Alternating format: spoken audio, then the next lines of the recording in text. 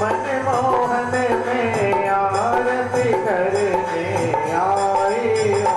जरा बंसी बजाओ मन मोहन में आरती करने आई हो। जरा बंसी बजाओ मन मोहन में आरती करने आई हो। मैं आरती करने आई हूँ, मैं पूजा करने आई हूँ। मैं आरती करने आई हूँ, मैं पूजा करने आई हूँ। जरा बंसी बजाओ मन मोहन में आरती करने आई हूँ। जरा बंसी बजाओ मन मोहन में आरती करने आई हो। मेरे हाथ में लोटा पानी का मैं तुम्हें नहलाने आई हूँ। मेरे हाथ में लोटा पानी का मैं तुम्हें नहलाने आई हो। मेरे हाथ में लोटा पानी का मैं तुम्हें नहलाने आई हूँ। मेरे हाथ में लोटा पानी का मैं तुम्हें चढ़ाने आई हूँ। तुम्हें सिखाओ मन मोहन में आरती करने आई हूँ। जरा बंसी बजाओ मन मोहन में आरती करने आई हूँ। मेरे हाथ में रोली चावल है मैं तिलक लगाने आई हूँ। मेरे हाथ में रोली चावल है मैं तिलक लगाने आई हूँ। मेरे हाथ में रोली चावल है मैं तिलक लगाने आई हूँ। मेरे हाथ में रोली चावल है मैं तिलक लगाने आई हूँ। जरा बंसी बजाओ मन मोहन में आरती करने आई हूँ। जरा बंसी बजाओ मन मोहन में आरती करने आई हो। मेरे हाथ में फूल की माला है मैं तुम्हें पहनाने आई हूँ। मेरे हाथ में फूल की माला है मैं तुम्हें पहनाने आई हूँ। मेरे हाथ में फूल की माला है मैं तुम्हें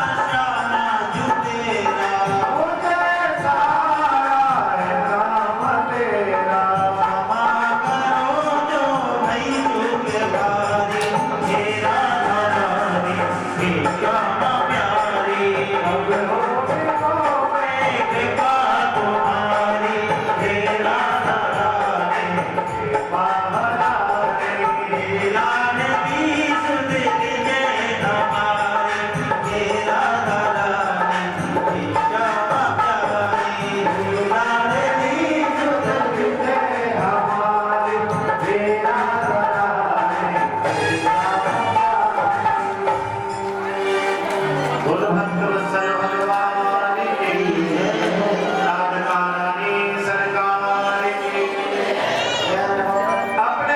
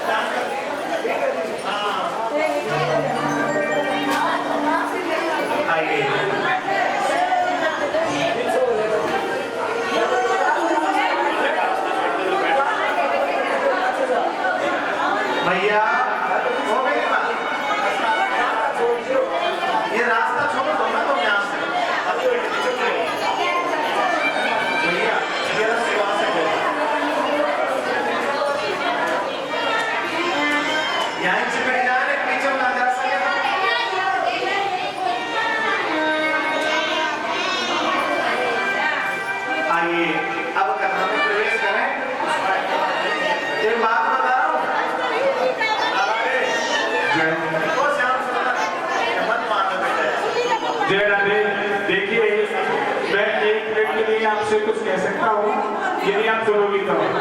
ये जो माता है ना, ये यहाँ जो बैठी हुई है, इनसे हमारा कर्तव्य निवेदन है कि हम माइक वगैरह सब कुछ बंद कर रहे हैं, देखते हैं तुम कितनी बोलती है। जरा ऐसा लगे कि इस हॉल के अंदर भागवत पाटल में ये अमृत पीने वाले देवता बैठे हैं। जो लोग शांति बनाए बैठे हुए होते हैं वो देवता के तुल्य होते हैं। जरा ध्यान है, एक बोलती है दूसरी जवाब देती है, पूरा हॉल डूब जाता है। फिर क्या मतलब रहा? अरे सुनिए, हमारे जो प्यासी महाराज आपको कह रहे हो, कल दोबारा नहीं कहेंगे उस बात को। एक एक शब्द को अपने श्रवणों के द्वारा प्राप्त कीजिए, बड़ा आनंद आएगा। जय राधे, जय श्री कृष्ण। शोर देना चाहिए। कल कथा को जो विराम दिया गया था, वो विराम दिया गया था, भगवान वामन आए थे राजा बलि के दरवाजे पर भिक्षा मांगने के लिए। आज जैसे ही राजा बलि के दरवाजे पर भगवान वामन भिक्षा मांगने के लिए आए, तो आज राजा बलि ने कैसे स्वागत किया? स्वागतम ते नमस्तुभ्यं ब्रह्मण की गर्भामते ब्रह्म ऋषीणां तपे साक्षन्मयो त्वार्घं पूर्वम्।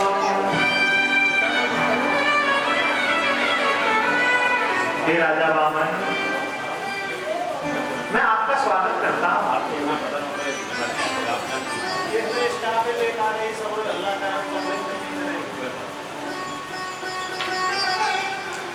मैंने मेरे जीवन में लगभग 2 करोड़ लोगों को तो देखा होगा, और इतना ज्यादा हल्ला करने वाले लोगों को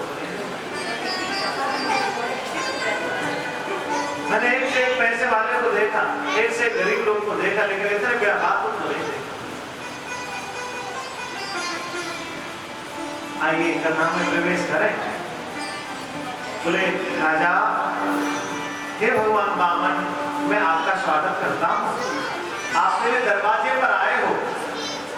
बोले आपको क्या चाहिए, बोलो। भगवान ने कहा मुझे 3 पग जमीन चाहिए। बोले क्या करोगे 3 पग जमीन को लेकर?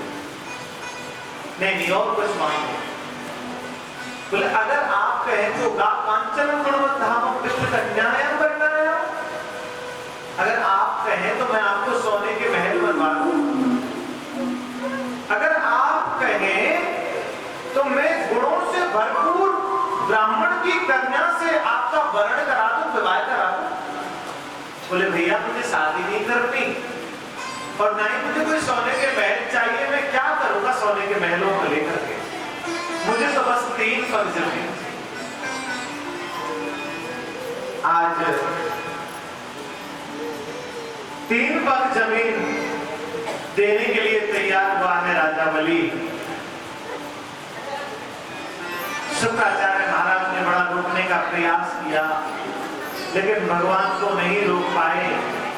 और आज भगवान वामन ने विराट रूप बनाया, और विराट रूप बना करके पहले पैर के अंदर पूरे देवलोक को नाप लिया, दूसरे पैर के अंदर पूरे भूलोक को नाप लिया, और तीसरे पैर के अंदर पूरे पाताल लोक को नाप लिया।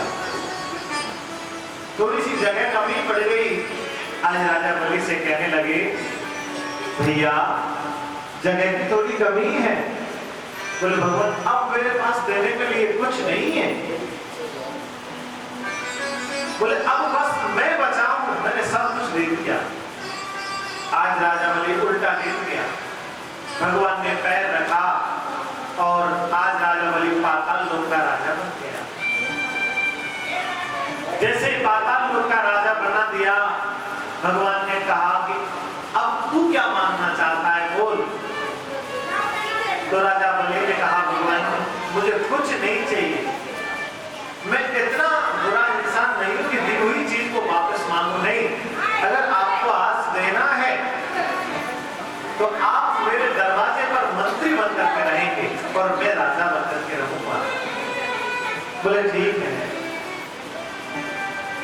आज भगवान विष्णु जो है मंत्री बनकर के रहते हैं और राजा के पद पर है राजा बाली। आज क्या हुआ, 6 महीने हो गए उधर स्वर्ग के अंदर, वैकुंठ के अंदर लक्ष्मी जी को इंतजार करते करते मेरे पतिदेव नहीं आए। अब देखो जब चिंता तो हो ही जाती है जब हस्बैंड घर नहीं होते। अब तो हमारी बात पर टेंशन कर रहे हैं तो हम लोग बच्चों का ध्यान देते। अब नारद जी घूमते घूमते गए, बोले भैया वो राधे राधे, राधे श्याम भैया।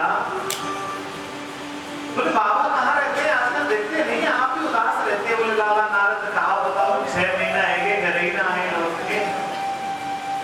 बोले मुझे तो ऐसा लगता है घर पैसे की कमी आ गई है। बोले कैसे? बोले वो तो राजा बलि के यहाँ नौकरी करते हैं। बोले अच्छा। आज राजा बलि के द्वारे पर पहुंची है माता लक्ष्मी और भैया भैया करते हुए हाथ पर जाकर के रक्षा सूत्र बांध दिया। उसी दिन से एक त्योहार मनाया जाता है जिसका नाम है रक्षा। जोर से बोलो, रक्षा। जब भाई के हाथ पर राखी बांधी तो राजा बलि ने प्रसन्न होकर के कहा, बोले जी आप क्या मांगना चाहती हो? बोले मांगो। बोले भैया अगर तुझे देना है तो तेरे दरवाजे के सामने जो बैठा हुआ है ना, ये द्वारपाल है, ये दे दे। बस इतना कहा, राजा बलि की आंखों से आंसू आ गए। जी क्या मांग लिया तूने? मैंने जीवन पर्यंत जो कमाई पूरी तूने मांग लिया? नहीं है, ये तो तुमने अच्छा नहीं किया। आज भगवान विष्णु को लेकर के माता लक्ष्मी वैकुंठ की ओर चली गई। इसी वंश में आगे चल करके एक मानधाता नाम के राजा हुए। मानधाता के मुचकुंद के त्रिबंध के त्रिशंकु के बाद हरिश्चंद्र, आगे चल करके इसी वंश में एक राजा हुए शगर। शगर का मतलब क्या होता है? जो बच्चा जहर के साथ उत्पन्न हुआ हो अपनी मां के पेट से, उसे बोलते हैं सगर। आज सगर महाराज का विवाह हुआ, 2 पत्नियां आई। पहली का नाम सुमति और दूसरी का नाम केसरी। आज सुमति ने एक बेटे को जन्म दिया जिसका नाम है असमंजस। असमंजस जानते हैं आप? तुम्हारे अंदर भी है, मेरे अंदर भी है। हम लोग ऐसे बैठे रहते हैं ना, ये जो स्थिति है ये असमंजस की है। क्या करूं क्या नहीं करूं, इसे बोलते हैं असमंजस। असमंजस नाम का जो लड़का है वो सारे दिन सोचता रहता है, सारे दिन सोचता रहता है। दूसरी जो केसनी है, होना तो चाहिए था लड़का या लड़की, ना तो लड़का हुआ ना लड़की हुई, एक मांस का टुकड़ा पैदा हुआ। एक बात बताओ भैया, पेट से निकला हुआ भी अंडा प्यारा होता है, तो मांस का जब टुकड़ा हुआ तो मां को बड़ा दर्द हुआ, हे भगवान मैंने कितना बड़ा पाप किया, मेरे पेट से मांस का टुकड़ा हुआ। राजा सगर को बड़ा क्रोध आया, आज इस मांस के टुकड़े को लेकर के 4 टुकड़ों में बांट दिया, तलवार से काट दिया और पानी में फेंक दिया। आज क्या हुआ, कुछ समय के बाद वहां एक संत चल करके आए। संत ने कहा, हे राजा सगर, आप मुझे दुखी लगते हैं, क्या बात है, क्यों दुखी रहते हैं? बोले क्या करूं महाराज, एक बेटा है दिन भर सोचता रहता है, कोई काम तो है नहीं, और दूसरी पत्नी ने मांस के टुकड़े को जन्म दिया तो मैंने क्रोध में आकर के उसके 60,000 टुकड़े कर दिए। अब मेरे पास संतान नहीं है। बोले संतान लेकर के क्या करोगे? संतान आखिर में तुम्हें ही जला देगी। बोले बाबा उपदेश करना बड़ा सरल है लेकिन निभाना बहुत तेज है। तुम क्या जानो, तुम तो बाबा हो, संतान का आनंद क्या होता है। सो माया बस भयो गोसाई बंध्यो कीट मरकट की नाई को न काहू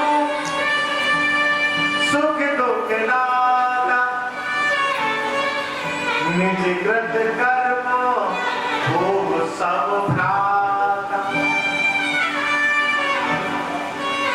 कोई किसी को सुख नहीं दे सकता, संसार कोई भी नहीं दे सकता, ना कोई किसी को दुख दे सकता है। कर्मों से सुख आता है, कर्मों से ही दुख आ जाता है। बोए पेड़ बबूल के तो आम कहां से। जब तुम दुकान पे जाओगे नहीं, सामान बेचोगे नहीं, तो पैसा कहां से आएगा? जब तुम काम ही नहीं करोगे तो पैसा कहां से मिलेगा? नहीं मिलेगा। आज जो बाबा आए थे उन्होंने हाथ में जल लेकर के आशीर्वाद दे दिया और 60,000 जो टुकड़े किए थे बांस के टुकड़े उन पर छिड़क दिया। आज वो 60,000 बेटे बनते हैं। आज क्या हुआ भैया, जब राजा सगर पर 60,000 बेटे हो गए ना, तो राजा सगर को अपमान हो गया। कोई संसार में मेरे बराबर कोई ताकतवर नहीं है। जहाँ पे 4 बेटा है, जाए मुझे क्या आ जाते फिर छोरा के साथ को देख लूंगी तो कितना तक वो पैसा मार हो। और जहाँ पे 60,000 बेटा हो कितना तक वो पहलवान हो। बोलो 60,000 बेटे जिस पर हो उसको अपमान तो होगा ही होगा। लेकिन भगवान ने कहते अगर अपमान खत्म नहीं किया तो मेरा नाम भी भगवान ने ध्यान रख लेना। आज राजा सगर ने अश्वमेघ यज्ञ किया है। अश्वमेघ यज्ञ में एक घोड़ा छोड़ा है मेरी मां, और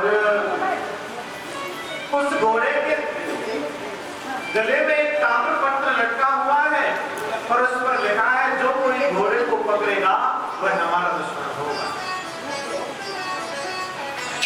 आज इंद्र ने सोचा बोले दुश्मन तो हम होंगे लेकिन तुम्हारा कल्याण पहले करवाएंगे। आज इंद्र ने उस घोड़े को पकड़ के भगवान कपिल के आश्रम में बांध दिया। जब 3 दिन तक घोड़ा वापस नहीं आया तो चिंता उनमें लग गई। बोले घोड़ा वापस नहीं आया, क्या करूं? तो राजा सगर ने आदेश दे दिया 60,000 पुत्रों को जाओ उस घोड़े को ढूंढ करके लाओ। किसी ने पकड़ लिया। आज 60,000 बेटे चले हैं। ढूंढते ढूंढते ढूंढते ढूंढते भगवान कपिल के आश्रम में पहुंच गए। कपिल भगवान को तो पता ही नहीं घोड़ा कोई बांध के गया है। और जाकर के कपिल भगवान को गालियां देने लगे, तुझे शर्म नहीं आती? अरे संत के रूप में बैठा हुआ चोर एक घोड़े को बांध लिया। नाना प्रकार के व्यर्थ वाणी बोलने लगे। एकदम भगवान कपिल की आंखें खुली तो क्रोध आया और क्रोध ने आकर के आंखों से ऐसी अग्नि ज्वाला निकली कि 60,000 पुत्रों को जला करके भस्म कर दिया। देखो अपमान खत्म हो गया ना। 60,000 पुत्र जल करके भस्म 1 मिनट में। आज वो 60,000 पुत्र भूत प्रेत और जिन्न बन गए। क्यों? जो व्यक्ति अकाल मृत्यु मरता है, जैसे फांसी लगा करके, एक्सीडेंट होकर के, अग्नि में जल करके, लाइट से चिपक के, ऐसे लोगों को अधोगति घूमते हैं, फिर अपने परिवार के लोगों को परेशान करते हैं, किसी और को परेशान करते हैं, बोले इसमें तो भूत आता है, इसमें तो जिन्न आता है, किसी यही बात। फिर पंडित जियों के पास में घूमते हैं, बोले पंडित जी कुछ उपाय करो ना। पंडित जी उपाय करते हैं पैसे से, और करना भी चाहिए, कि क्या पंडित जियों के बच्चे नहीं। आज क्या हुआ, 60,000 जब पुत्र मारे गए तो राजा सनत को बड़ा दुख हुआ। हे भगवान, जैसे तैसे तो मेरे 60,000 पुत्र हुए थे, वो भी मरवा दिया आपने, मैं क्या करूं मैं। आकाशवाणी हुई, अरे राजा सगर, अगर तुम गंगा जी को इस पृथ्वी पर लेकर के आ सकते हो और गंगा में स्नान कराओ, उनकी धूल को, उनके फूलों को मिलाओ, गंगा में तैराओ, तो उनको मुक्ति मिल सकती। अब ये जो गंगा यहाँ धरती पे बहती है ना गंगा मैया, ये पहले यहाँ नहीं बहती थी, आसमान में। इसका नाम था विष्णुपदी गंगा। आज राजा सगर ने तपस्या करी तो गंगा जी को प्रसन्न नहीं कर पाया। इसके बाद इनका बेटा हुआ असमंजस, उसने भी बड़ी तपस्या करी, फिर भी गंगा मैया प्रसन्न नहीं हुई। असमंजस का बेटा अंशुमान हुआ, वो भी कोशिश करके रह गया। अंशुमान का बेटा हुआ दिलीप, और दिलीप का बेटा हुआ राजा भागीरथ। आज भागीरथ ने तपस्या की है और गंगा जी को प्रसन्न किया है कि गंगा मैया तुमको आना पड़ेगा। आज गंगा जी ने कहा बेटा मैं आ तो सकती हूं, लेकिन धरती के अंदर, पृथ्वी के अंदर इतनी शक्ति नहीं है कि मेरी भार को सहन कर सके। आज गंगा को अपमान हो गया। जब गंगा को अपमान हो गया ना, तो भगवान शंकर ने कहा देवी आपको अपमान हो गया। बोले गंगा मैं तुम्हें आमंत्रित करता हूं, आप आइए। आज गंगा जी आई। सबसे पहले भगवान विष्णु वामन के चरणों से निकली, ब्रह्मा जी के कमंडल में पहुंची, वहां से ध्रुवलोक में पहुंची, सप्तऋषि मंडल में आई, फिर वहां से निकल करके भगवान शंकर की जटाओं में आई। 6 महीने हो गए गंगा जी को घूमते घूमते भगवान के शिखाओं में, लेकिन निकलने नहीं दिया। अभिमान खत्म हो गया गंगा का। हे भगवान मुझे जाने दो ना, पृथ्वी लोक के प्राणी मेरा इंतजार कर रहे हैं। आज निकल करके सुमेरु पर्वत पर आई, सुमेरु पर्वत से हिमालय पर्वत पर आई है, और हिमालय पर्वत में एक जगह पड़ती है गंगोत्री, जहां से गंगा जी का उद्गम माना जाता है। आज गंगोत्री पर गंगा आई है। गंगा ने कहा है देखो सुनो, ओ भागीरथ तुम आगे आगे चलोगे, मैं तुम्हारे पीछे पीछे चलूंगी। जिस जगह भी तुमने पीछे की ओर मुड़ के देख लिया मैं वही रुक जाऊंगी। आज भागीरथ आगे आगे है, गंगा पीछे पीछे है। जहां 60,000 पुत्र जल करके भस्म हुए थे, वहां से होकर के निकले। आज उन 60,000 पुत्रों का उद्धार किया है। बोल गंगा मैया की जय हो।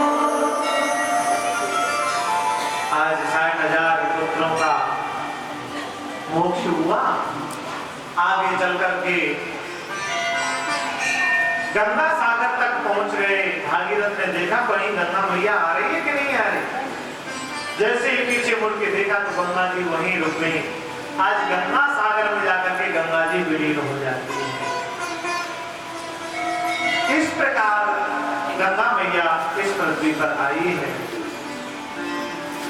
तो गंगा का काम है संसार के लोगों का उद्धार करना। ऐसी गंगा पतित पावनी है।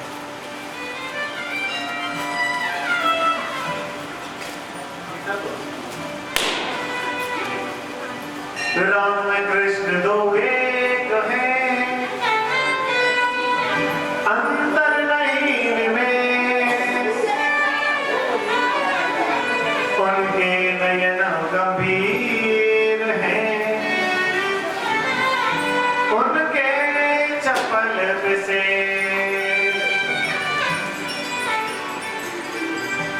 तो भगवान के अब तक 23 अवतार हो चुके हैं और 24वां अवतार कलयुग का होगा। 24वां अवतार जो होगा वो कल की अवतार होगा। अरे सुना लगे सारा देश वृंदावन, कुटिया बनाऊंगी, कुटिया बनाऊंगी, मैं कुटिया बनाऊंगी, कुटिया बनाऊंगी मैं, कुटिया बनाऊंगी। सुना लगे सारा देश वृंदावन, कुटिया बनाऊंगी। सुना लगे सारा देश वृंदावन, कुटिया बनाऊंगी। सुना लगे सारा देश वृंदावन, कुटिया बनाऊंगी। सुना लगे सारा देश वृंदावन, कुटिया बनाऊंगी। वृंदावन वृंदावन वृंदावन चलिए, वृंदावन वृंदावन वृंदावन चलिए, वृंदावन वृंदावन वृंदावन चलिए।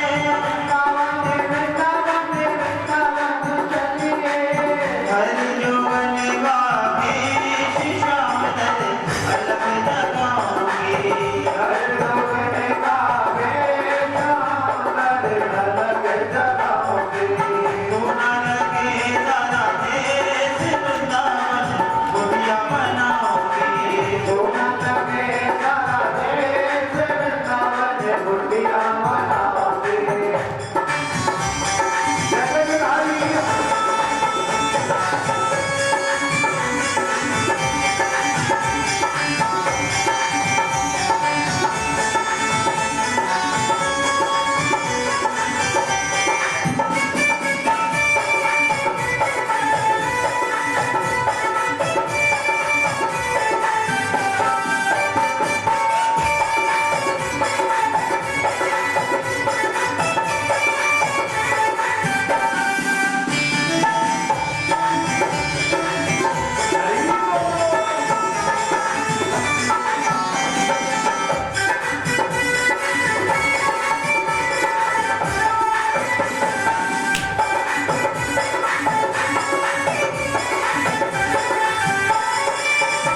गिरधर की गिरधर मेरे, गिरधर की गिरधर मेरे, गिरधर की गिरधर मेरे।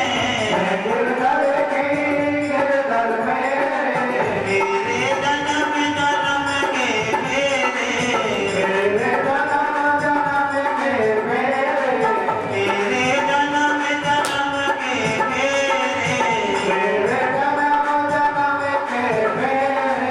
सरदन की मेरे शादी रे करे, सत्संग की मेरे शादी रे करे, सरदन की मेरे शादी रे करे। सत्संग की मेरे शादी रे करे। यमुना जल में नहाऊंगी, वृंदावन कुटिया बनाऊंगी। लगे सारा देश वृंदावन, कुटिया बनाओगे। हर यौवन वाके श्याम दल अलग जगाऊंगी। हर लोगन का वेश अलग जगाओगे। सोना लगे सारा देश वृंदावन, कुटिया बनाऊंगी। सुना लगे सारा देश वृंदावन, कुटिया बनाओगे। वृंदावन कुटिया बनाऊंगी। वृंदावन कुटिया बनाओगे। वृंदावन कुटिया बनाऊंगी। वृंदावन में हरिलाल की जय हो। सुना लगे सारा देश वृंदावन।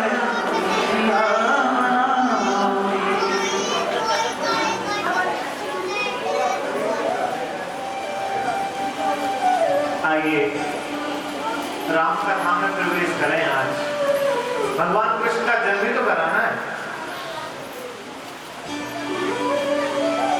ब्रह्मा के पुत्र मरीचि हुए, मरीचि के पुत्र कश्यप हुए, और इसी वंश में आगे चल करके एक खटवांग नाम के राजा हुए। खटवांग का बेटा हुआ दीर्घबाहु, और दीर्घबाहु का बेटा हुआ रघु। रघु ने इस सूर्य वंश की पताका को इतना फैलाया कि एक कहावत बन गई, रघुकुलरीत सदा चल आई, प्राण जाए पर वचन न जाए। रघुकुलरीत सदा चल आई, प्राण जाए पर वचन न जाए। रघु का बेटा हुआ अज।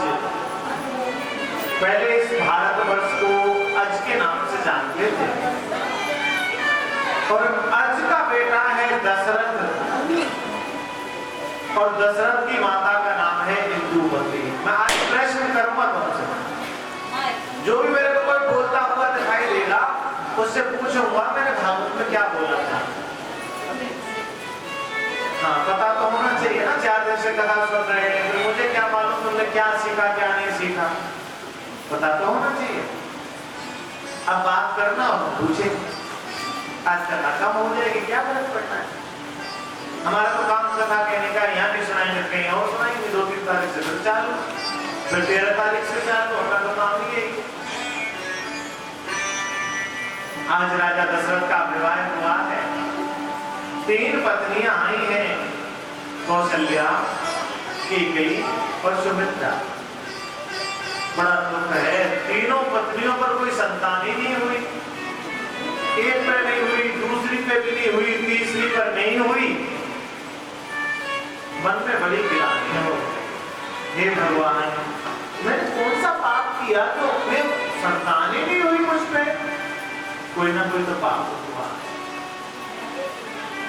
एक दिन शीशे के सामने खड़े हुए थे ऐसे, और अपना चेहरा देख रहे थे, तो नजर चली गई बालों पर, कान के पास में सफेद बाल दिखाई दिए, बोले, और मन में विचार आया मेरा बुढ़ापा आ गया, अब संतान नहीं होगी वो चीज, अब मैं जीकर नहीं करूंगा भी क्या। अब मेरा इतना बड़ा राज्य है, पूरा देश संभालता हूं मैं, मेरे इस देश को कौन चलाएगा, मेरा कोई है ही नहीं, मेरा तो वजूद ही खत्म। मन में गिलानी हो गई और मरने के लिए जंगल में चले। दशरथ जी महाराज मरने के लिए तैयार हो गए, बोले संतान के बगैर तो जीना ही नहीं है। पर मरने से पहले एक बार मन में विचार आया, मर तो मैं बाद में भी जाऊंगा, पहले एक बार गुरुजी से तो जाकर के मिलूं। और अपने गुरुजी के पास में कैसे जा रहे हैं, एक बारे भूपति मन माही, एक बारे भूपति मन माही, भैया गिलानी मोर सुख नाई, भैया गिलानी मोर सुख नाई।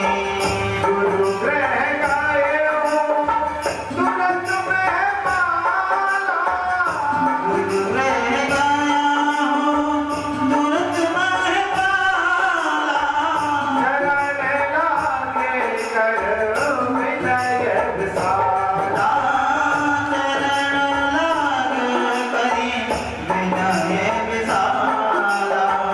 मुझे दुख सुख सब बुरे हो सुनाई, दुख सुख सब गुरु भी सुनाई। कहे वशिष्ठ बहु विधि समझाई, कहीं वशिष्ठ बहु विधि समझाई। नीरज धरे होए सुख चारी, नीरज धरा होए सुख चारी। त्रिभुवन बिन भगत में हारी,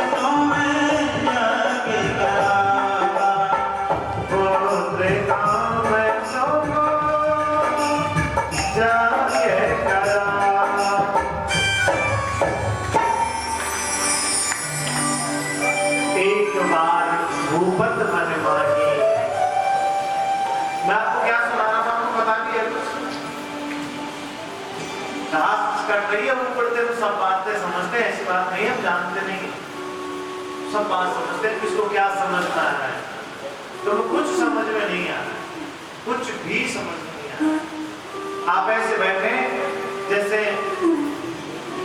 एक खेत के अंदर वो खड़ा रहता है, हाँ, बस कुछ नहीं आ रहा। और आएगा भी कैसे, क्यों कि जीवन में कभी कथा सुनी नहीं, कभी मंदिर में बैठ के संतों के प्रवचन कभी सुने नहीं, टीवी में कभी बैठ के भागवत कथा, राम कथा, शिव पुराण कभी सुना नहीं, बस घर के कार्यों में लगे रहे तो समझ में आएगा कहां से। तुम्हें आता है रोटी बनाना, क्योंकि काम तो किया, गेहूं काटना वो आता है, भगवान का नाम लेना तुम्हें आता है। मैं सिखाने का बड़ा 4 दिन से प्रयास कर रहा हूं, लेकिन समझ नहीं। चलो तुम्हें तुम्हारे तरीके से ही कथा श्रवण कराएंगे कि राजा जो दशरथ है कोई संतान नहीं है। बोले करूं क्या मैं? बोले मेरा तो मरना हो गया। जंगल में मरने के लिए गए, तो जब मरने के लिए गए तो मन में विचार आया गुरु जी से तो मिल लूं मरने से पहले। एक बात बताओ, जिंदगी एक संघर्ष है, तुम सोच नहीं सकते मैंने मेरी जिंदगी में कितने दुख देखे। जो तुम्हारे सामने पीले कपड़े पहन के लंबे बाल उठाकर जो बैठा है, तुम सोच भी नहीं सकते। इस जगह तक आने के लिए हमने बहुत मेहनत की, बहुत दिन रात मेहनत की। सुबह को सुबह नहीं कहा, शाम को शाम तक नहीं कहा, कभी खाना खाया तो ठीक, नहीं खाया तो ठीक, बस पढ़ते ही रहना, पढ़ते ही रहना, पढ़ते। लेकिन मैंने लक्ष्य को नहीं छोड़ा। जिस व्यक्ति ने अपने जीवन में लक्ष्य निर्धारित किया है, उसे निश्चित ही सफलता मिलती है। जिस व्यक्ति का कोई लक्ष्य है ही नहीं, वो जीना थोड़ी एक पशु के समान। हम लोग क्या है, हम लोग खाने के लिए जीते हैं, जीने के लिए तो नहीं खाते। मैंने देखा है आजकल माता बहने बफर जो होते हैं शादी पार्टियों में चलते हैं, ये भी खा लो, वो भी खा लो, ये भी खा लो, वो भी खा लो, सारी चीजें खाते रहते हैं। उन्हें पेट का ध्यान नहीं है, चाहे पेट फट जाए कोई मतलब ही ना है, इतना खाओ। भगवान से दुआ ये करें, मालिक इतना दीजिए जाए कुटुंब समाए, मैं भी भूखा ना रहूं, साधु न भूखा जा। ज्यादा नहीं मांगना। बोले क्यों? मार की मक्खी देखिए तुमने, मार की मक्खी जो शहद जमा करती है, देखी तो होगी, दिन भर शहद लाती है, इकट्ठा करती है, महीने लग जाते हैं बहुत बड़ा घर बनाने में शहद का। कोई ऐसा भैया आता है और उस मार के शहद को सब पूरे के पूरे को लेके चला जाता है, मार की मक्खी देखती रह जाती है। कर्म किसने किया, मेहनत किसने की, फल कोई और भुगत रहा है। तुमने अपने जीवन में बहुत पैसा कमाया, बहुत इकट्ठा किया, और संतान अगर खराब निकल गई तो पैसा कमाने में कोई आनंद नहीं है। इसीलिए जो बात कहते हैं, का धन सींचे पूत सपूत को, का धन सींचे पूत सपूत। अच्छा अगर बेटा है ना, अच्छी अगर संतान है, तो पैसे जोड़ने की जरूरत नहीं है, बहुत पैसे कमा लेगी। और बुरी संतान है जो अपने माँ बाप की बात को नहीं मानती, 24 घंटे गलत प्रतिक्रियाओं में लगी रहती है। आप उनके लिए मकान भर के पैसे दे दो, कुछ दिनों के बाद खत्म कर दे, मानोगे? तो तुम किसके लिए जोड़ रहे हो जो तुम्हारे लिए कोई जोड़ के गया था? तुम्हारे माँ बाप तुम्हें पैसा जोड़ के देके गए थे, 10-20 करोड़ रुपया ले बेटा रख ले, काम आएंगे, बोलो। तो तुम किसके लिए? बच्चे जो होते हैं ना अपने पैरों पर स्वयं खड़े होते हैं, माँ बाप को सिर्फ एक सहारा देते हैं। और कब तक? जब तक वो चलना नहीं सीख जाता। चलना जिस दिन सीख जाता है उंगली हटा लेते हैं, मानोगे? तो हमें अपना सिर्फ कर्म करना चाहिए। यही कर्म किया है आज राजा दशरथ ने। गुरु जी के पास में चल करके गए, गुरु संतान नहीं हुई, क्या करूंगा जी करके? बोले घबराने की जरूरत नहीं है। निजे दुख सुख सब गुरे हो सुनाई, अपने सब दुख गुरु जी को बताएगा। गुरु जी ने कहा वशिष्ठ जी, जो वशिष्ठ जी हैं बोले टेंशन ना ले आप, धीरज धरे, धीरज रखो, होए सुत चारी, 4 बेटे होंगे, घबराना मत। बोले करूं क्या, होंगे कैसे? श्रृंगी ऋषि मुनि वशिष्ठ बुलावा, श्रृंगी ऋषि को बुलाओ, पुत्र काम शुभ यज्ञ कराओ, और पुत्र कामेष्टि यज्ञ कराओ। आज श्रृंगी ऋषि को बुलाया और पुत्र कामेष्टि यज्ञ प्रारंभ हुआ। यज्ञ चालू हो गया, यज्ञ चालू हो गया। तीनों रानियां, कैकेयी, कौशल्या, सुमित्रा, तीनों बैठी हुई हैं और यज्ञ चल रहा है। कुछ समय के बाद उस यज्ञ में से अग्निदेव भगवान प्रकट हो गए, और अग्निदेव जब भगवान प्रकट हुए तो हाथ में खीर लेकर के आए। क्या लेकर के आए? खीर। अब लाइट डाल दो।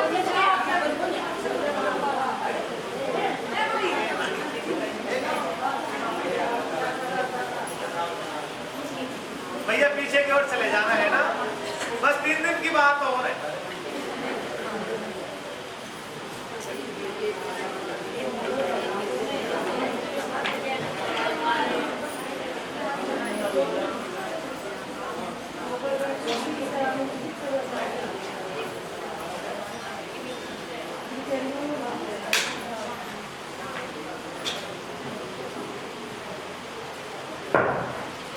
हरे बोल, गुलबा के बिहारी लाल की जय, गुल गंगादास महाराज की जय हो, जय जय श्री राधे श्याम। कहा निज दुख सुख सब गुरे हो सुनाई। गुरु जी ने कहा मुझे टेंशन लेने की कोई जरूरत नहीं है, धीरज धरे होए सुत चारी, धीरज रखो, 4 बेटे होंगे। और ऐसा करो, श्रृंगी ऋषि को बुलाओ और उनसे हवन यज्ञ करवाओ तो बेटे होंगे। आज हवन करवाया तो यज्ञ के अंदर अग्निदेव भगवान प्रकट हो गए खीर को लेकर के, और खीर लेकर के दे दी राजा दशरथ के लिए। और दशरथ से कहा भैया इसको रानियों में बांट दो, और ऐसे से खाएंगी तो गर्भवती हो जाएंगी। आज कैसे बांट रहे हैं? अर्ध भाग कौशल्या ही दीना, आधा भाग किसके लिए? बोलो तो सही। भय भाग आधे कर लेना, आधा भाग तो कौशल्या को दे दिया और आधे में से आधा करके कैकेयी और सुमित्रा के लिए दे दिया। आज तीनों माताएं गर्भवती हो गई, अयोध्या ऐसे सजी है जैसे दुल्हन सजी हो। क्या अब एक बात बताओ, जिस घर में कभी बेटे हुए नहीं और उस घर में अगर बेटे होने लगे तो क्या मैया को खुशी नहीं होगी? बड़ी खुशी होगी। बहुत प्रसन्नता हुई, सब बहुत खुशी हुई। आज अयोध्या में सभी लोग बड़े प्रसन्न हैं मेरे प्यारे